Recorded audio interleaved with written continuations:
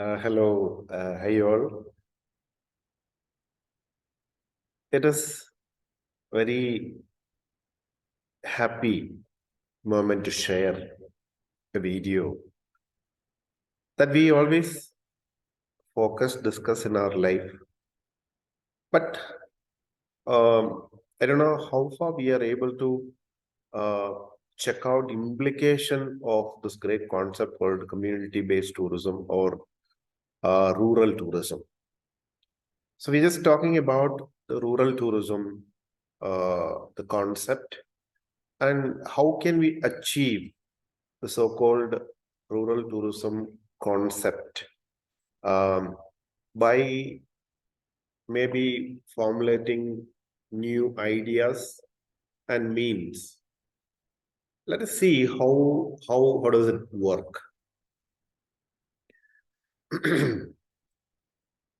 As we all know, so the concept of rural tourism we have adopted, in fact, for incorporating and addressing the requirements of local community members. We have to bring them to the front uh, of tourism activities that we're organizing in different sectors. But there are various aspects which are, still becoming or still existing as hindrances like maybe language, maybe geographical barriers, even maybe lack of awareness, all those things. See, the national program called Atmanirbhar Bharat, Self-Reliant India, is really focusing and helping um, to motivate people to take up various responsibilities. And probably this rural tourism activities also can be pooled under this great concept. Developing rural economy and tourism is an idea that we're discussing probably a decade, if I'm not wrong, or more than a decade. So, getting them together, who the so-called stakeholders, and moving and forwarding such activity by considering their requirements or the local community's requirements or all the stakeholders their requirements, that is a challenging task. But we have such kind of advanced system with us. We have great policies, we have technology, we have a, a set of people who are in front to lead, so-called travel agents, so-called maybe the tour operators. And this will help us to make various clusters. So these clusters probably maybe coordinated with the support of Department of Tourism, or maybe by the support of Department of Tourism, Ministry of Tourism, Government of India. And we need to market it. We need to establish this concept to the expected level. That is what the challenge that we are facing. So government and institutional framework really required for this one.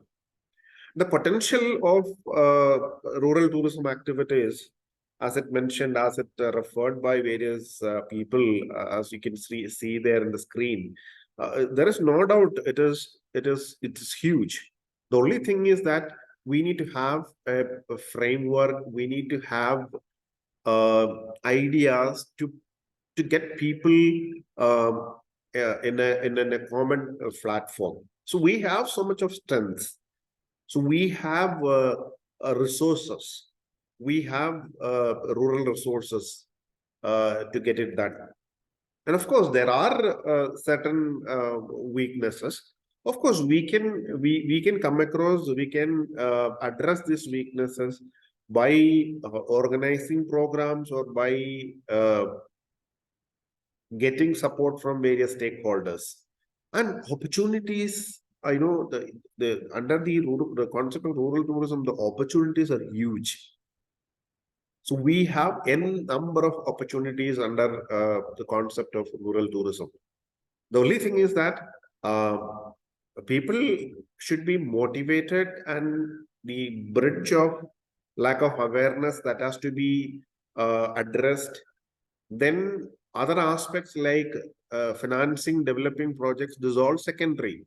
That we can materialize, that we can take into consideration, that won't be a problem at all. And these other challenges that we may face to uh, execute the rural tourism concept. And then these are the things which we have to consider while we are planning rural tourism activity. Strategy has to be made, synergy and convergence has to be done. Then the facility and coordination of activities, a creation of a platform. That is what I was mentioning in the beginning. Then again, identify and recommend areas for making it happen. So strategic pillars uh, that always help us to move ahead. And as I was emphasizing, the core point, that is marketing and uh, projecting our destinations and activities. So we have still many destinations, various activities are happening, but it is not projected. So that projection is missing. That has to be focused more. Then local craft and cuisines, that can be a core area where we have to project folk music, dance shows, and other local theater activities can be.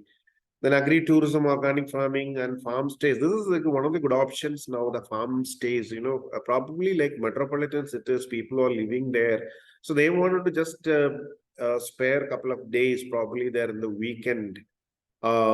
They are looking for kind of farm stays. Fortunately, we have a good number of farm stay options, and that can be operated with the support of locals, local community. They can easily involve in it as well. So that is again another option. Then maybe yoga meditation, which was again coming under wellness tourism. That can be a very good option for even for locals. The training also for them, it won't be a big deal at all. So we can just get train them and they can be part of such activities. Then lake wetland ecozones within the village area, that has to be systematically arranged, and little alteration, in the sense positive alterations has to happen. Then rural sports and cultural events that can be organized by by inviting local or international tourists, and their participation we have to assure. Then only we can say we can do it in 100%.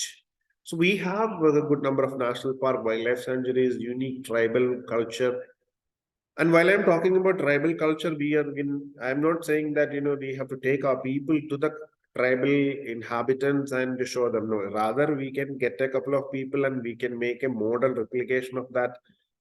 Then the culture can be shared with them. So these are all possibilities we have to develop.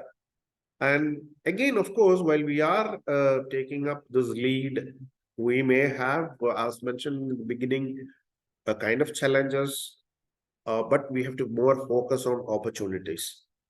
So I just wanted to share two different cases that I have analyzed um, as part of rural tourism promotion. Uh, this case most probably will give you some insight about how these activities can be organized and what we have to learn before we get into such activities. So I would be sharing this aspect in the next video. Okay, just watch it and share your comments. Thank you.